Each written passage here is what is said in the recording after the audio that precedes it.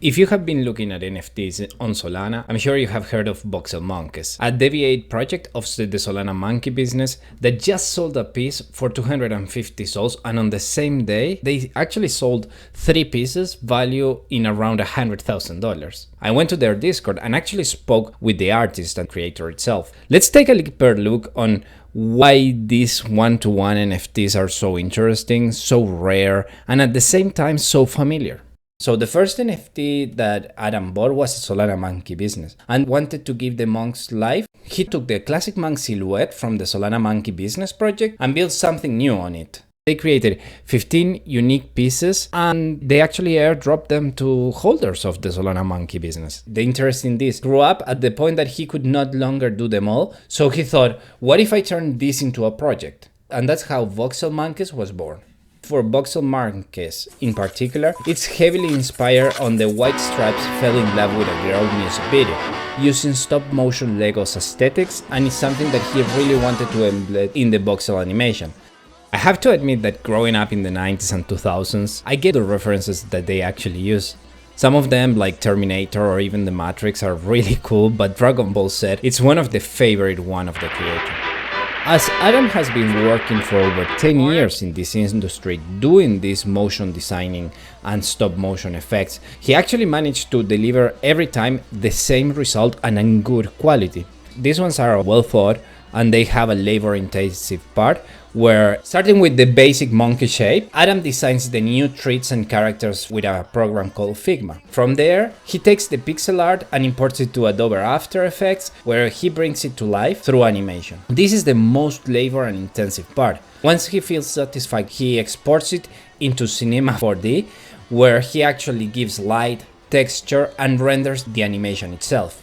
So there are 3 different processes to actually get this last one. Later we will see how this stop motion is being done. It's really a detailed and precise work that the time it takes to create, it depends on the treats and the story that he wants to tell. Typically, it can range between half a day to multiple days to finish just one of them. So this is something really interesting because the stop motion has been part of the entertainment industry since the 1900s, when a museum director told a story about some bug having his sexual adventures.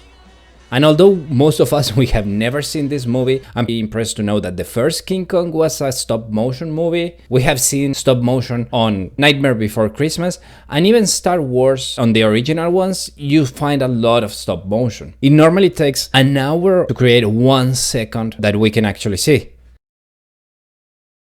Today, there is the auction number 9, and I'm gonna go a little bit in depth on one of the NFTs or one-to-one arts that Adam has worked on.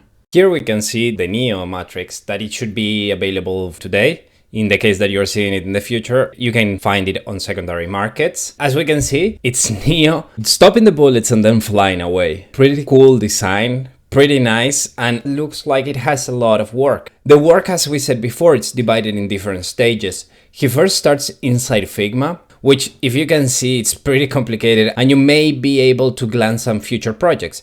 But let's focus on Neo. We can see how the evolution of the Neo goes from Neo 1 and every movement that it does, the different amount of colors, the different stages that they are. And in the last one, we see a brighter color with the hand itself stopping the bullets. This image, it looks really nice, but it's still flat and in an early part of the process. After this, Adam moves to After Effects, where he works a lot on the shadows, on the effects, and everything that it's being done. This is one of the most extensive works, and unfortunately we do not have a footage of it, but we can actually see the final result that appears when it's exported to Cinema 4D, the place where he does the final touches and puts everything together. Adam managed to make a video of the process, and if you take a look how many layers there are involved, how many different and unique items, that everything needs to go like in a Swiss clock in perfect order in order to create the perfect loop. Every aspect moves differently, every bullet has its own effects. We can perfectly see how 10 years of experience are expressed on this work. And one of the interesting parts in Cinema 4D is most of the work that he does with the different layers and all the different positions of each item, it's made on a flat surface. After doing all this, he starts giving the shadows, the gradings, and the 3D aspects. We can actually have the chance to see how all this comes to life. I have to say that it's pretty amazing and pretty impressive, all the hard work and the combination of 3 different softwares in order to get this product that honestly, I can spend hours looking at. Instead of being minted or something like that, they're being auctioned in Olaplex. And you can actually find them on secondary markets in Magic Eden, Exchange Art, and some others. Having the chance to speak with Adam was pretty cool, and I took the opportunity to ask him, what suggestions do you have for any newcomer? He actually tries to give an advice that whether you are creating a one-to-one art or buying it, you do not need to expect immediate success. Everything takes time and patience, and persistence is always rewarded. We have arrived at the end of the video, and this is Voxel Monkes, an incredible one-to-one art that I'm super happy that it's in the Solana metaverse. See you guys next time.